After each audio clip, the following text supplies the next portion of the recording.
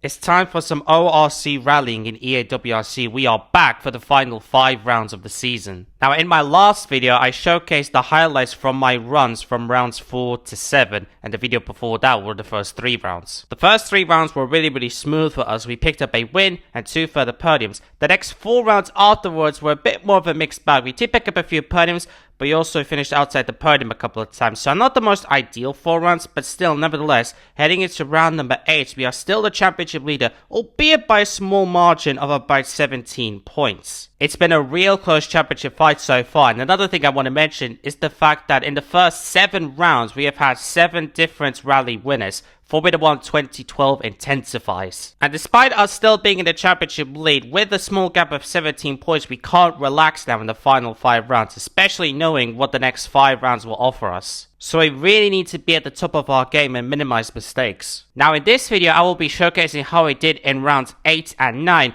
and then the next ORC video after this will be showcasing how I did in the final 3 rounds. Round number 8 will take us to the rocky gravel roads of Chile, and then round number 9 afterwards will take us to the smooth tarmac roads of Corsica in France. 2 very different types of roads, but still both will be equally challenging, so we really need to minimize mistakes and get the best result possible, and most importantly finish ahead of our championship rivals, knowing how close the championship battle is at the moment. From this video onwards, I'll be slightly changing the format of these rally championship videos. Now in the past, I've always live streamed my runs, and then when making the actual video, I just add in the highlights with my live reaction, and I only do this voiceover bit for the intro, outro, and that kind of stuff. But a lot of the time, in fact most of the time when I'm live streaming my runs, I'm always bare bones quiet, and whenever I talk, I do tend to lose concentration, so that's why I'm changing the format slightly. Now I did experiment with this slightly different format in the previous video for a small part of it, however I'm going to improve on that this time. Basically, instead of live streaming, I just record my runs without any live reactions so I can be in full focus mode most if not all the time, and then when going through the actual highlights of all my runs, I just do this voiceover bit that I'm doing right now, basically talking through what happened, what's going on in my head, and so on and so forth. As this video goes on, you'll understand it a bit more. Before we get into my actual runs, if you're enjoying these videos at any points, then do not hesitate to hit that like button and subscribe to the channel as well, and also give me a follow on all my other social media profiles, be it TikTok, Twitter, Instagram, all that stuff. All of them will be linked down in the description below. And if you are interested in joining the ORC Championship, which I'm competing in right now, then I will leave a link to the Discord server down in the description down below as well. It should be the first link in the description. We now have both a Rally 1 and a Rally 2 Championship until the end of the season, and then from Season 3 onwards, a 3rd category is expected, plus another historic championship in the off-season, plus more stuff is to come, so make sure to join. With that out of the way, let's see how I did in Chile and Corsica. Now, as I mentioned in the intro, the first of the 2 rounds of this video, so round number 8 of the season, will take us to the rocky gravel roads of Rally Chile Biobío, and as you can see, we're getting straight into it, starting stage number 1, and as you can see, it is rainy conditions, and Rally Chile was actually a very interesting round, especially the rainy stages were quite interesting, because stage 1 is not going to be the only stage that's going to be rain affected. So we can see here, going through a couple of 2 lefts after having a couple of, near flat out sections, and as I mentioned, very tricky Rally Chile. You can already see right now a lot of cliffs, rocks, unmovable poles, going a little bit wide here. You can see tapping the wall there. And the thing that made this very interesting is that there were a lot of moments where I was like understeering like into a corner and then like oversteering. There I just tapped one of those unmovable barriers. That's going to be a bit of a common theme throughout all of the stages. And as you can see, stage 1, 1309, and in terms of where that sits, it was 4th fastest in stage 1, so just outside the podium. But it's only stage 1. There are still 4 more stages to go here, and stage 2 is the first half of stage 1, and it was actually dry this time, so we had a little bit more grip, though that still doesn't mean that it's actually easier. Well, in the dry it is a bit easier, but it's still not easy. As you can see, I was just hitting the sides of the road like left, right, and center. It's a 7:39 for stage 2, and here we once again went 4th fastest, so an okay start, but still we can improve. And as you can see, we're in the service area. We did pick up quite a few damage, but we were able to fix most of the crucial bits. There were a couple of bits that I can get away with. For example, the exhaust I can get away with, and gearbox as well, to be fair. Stage 3 here, very wet once again, and the skies are getting darker, so it means that it's going to be even more tricky, and it's just not getting easier. In fact, it's just getting harder and harder as time goes on. Very narrow roads, very easy to hit rocks, roadsides, unmovable poles, trees. You can see that's a good example right there. Going a bit too wide. And too wide again, slightly tapping the barriers. In fact, tapping the barriers quite a lot here. It's very, very tricky to. In fact, actually went in, to be fair, with not that much practice. And that, once again, showing how little practice I had heading into this event. Now, stage 3 was a lot shorter compared to the first 2 stages. But, as I said already a billion times, it's not easy. I bottled it almost too many times. So 607 in stage number 3. And once again, 4th fastest for the 3rd stage in a row. I really need to try and improve once again. The penultimate stage, and we are in full darkness. Dry again. Through the hairpin. That was an alright hairpin. Now these Rally 1 cars, they are the fastest cars in the game. Very tricky. 500 horsepower. Lots of downforce. Lots of grip. Though here in Chile, the grip was, it was interesting. As I said, a couple of oversteer, a couple of understeers. Maybe it's because of my driving style. Maybe me sending it too hard, but we'll never know, I guess. And then stage 4 went fairly smoothly. In fact, we went second fast in stage 4, and in stage 5 it slowly starts to go downhill for us. And in the first split of stage 1, we were having an absolute disaster, losing a mountain of time, hitting the side of a cliff twice there. And I think we might hit it again. No, not yet.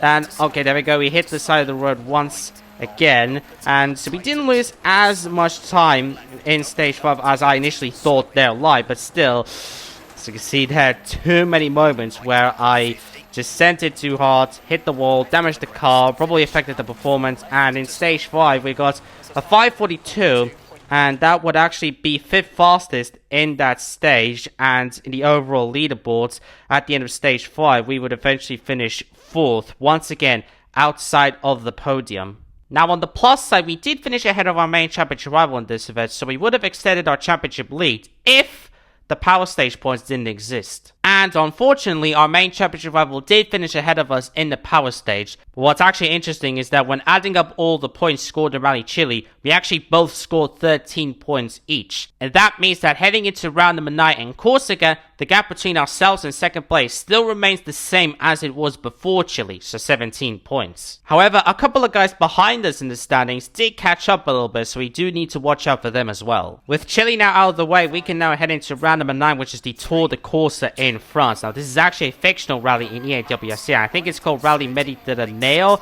Apologies for the mispronunciation, but it's a fictional rally in EAWRC, full tarmac in France. I think it's based on the Tour de Corsica, so in ORC we just called it the Tour de Corsica because why the hell not? It's a very, very long stage, stage 1. It's actually over 20 kilometers long, so it's going to be very, very tricky. And one crucial thing to mention here is that 3 of the 5 stages are wet, and you have to do first 2 stages before we can actually get into the service area, and the second stage is actually going to be wet. So we had a choice between doing both stages on dry or wet tires. Now, stage 2 is shorter, but it is wet.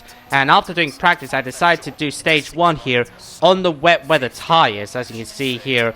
Maybe not quite visible here, but there is less grip, and I'm actually sliding and understeering a little bit more there. You can see understeer right there. That's a very, very tricky section. I went off the cliff there a couple of times in practice. But yeah, after practice, I decided to do stage 1 and 2 on the wet tires because after having done both stages in the dry, I actually lost more time doing both on the dry compared to doing it in the wet. And as you can see, a 10:54 for stage 1. It was actually an alright stage. You know, stage 1, we actually went, if I recall correctly, we actually went 4th fastest, so an alright start to our event. And stage 2 is once again, like in Chile, the first half of stage 1. As you can see, it is wet and very, very rainy. Now, after having done over 20 kilometers on the wet tires, our wet weather tires were actually worn down very, very much. So there was a lot less grip, and that is evident there. Well, that's actually more of a skill issue mistake rather than a grip mistake, as I went the inside a bit too much. And that was really the only big mistake I had, as I went 3rd fastest in stage 2 there. So a good progress there. We didn't have that much damage to fix. I think only we had bodywork and suspension damage, though we pick up a lot more damage in stage 3. That's our first big mistake of the event, and that costed us a lot of time. Now, there's less rain here in stages 3 and 4, so more grip, but still, there's not as much grip as it would be in a fully dry section. Despite having that big moment, we still went full fastest in stage 3, so we're still alright, and there we went for the handbrake and throttled too much in the hairpin there and losing a mountain full of time. Still wet.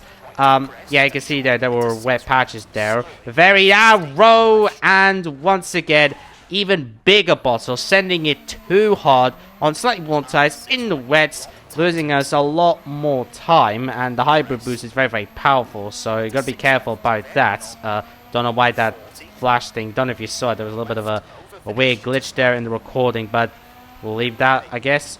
4:51 for stage 4. We actually went 5th fastest, though we lost a lot of time to our rivals. Once again, not that much to fix before stage 5, and stage 5 is fully dry, so we can bolt on the dry tires. I think these are semi-slicks in the game, and just fully send it throughout these narrow French roads, Corsica routes.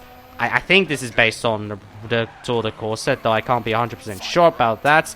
And this stage mostly went alright. We actually finished 3rd fastest in this stage, though we did finish down on our main rivals, and it wasn't perfect, Corsica, I'll admit that, but I'll be honest, it was a lot better than I would have thought after having heard of the absolute mayhem that some of my fellow competitors went through after loads of crashes and all that stuff. And actually, because of our strong performance in the end, we actually ended up finishing 3rd overall at the Tour de Corsica, meaning we pick up our first podium of the season since round 5 in Rally New Zealand. However, on the downside, our main championship rival finished ahead of us, and he outscores us this time, unlike Chile. And because of that, our lead in the championship does shrink. We are still leading, though now instead of 17 points, we are leading by 13 points heading into the final 3 rounds of the season. Now, the mistakes we did make in Corsica, especially in stages 2 to 4, costed us at least 20 seconds. So if I didn't have those mistakes, and if I tried to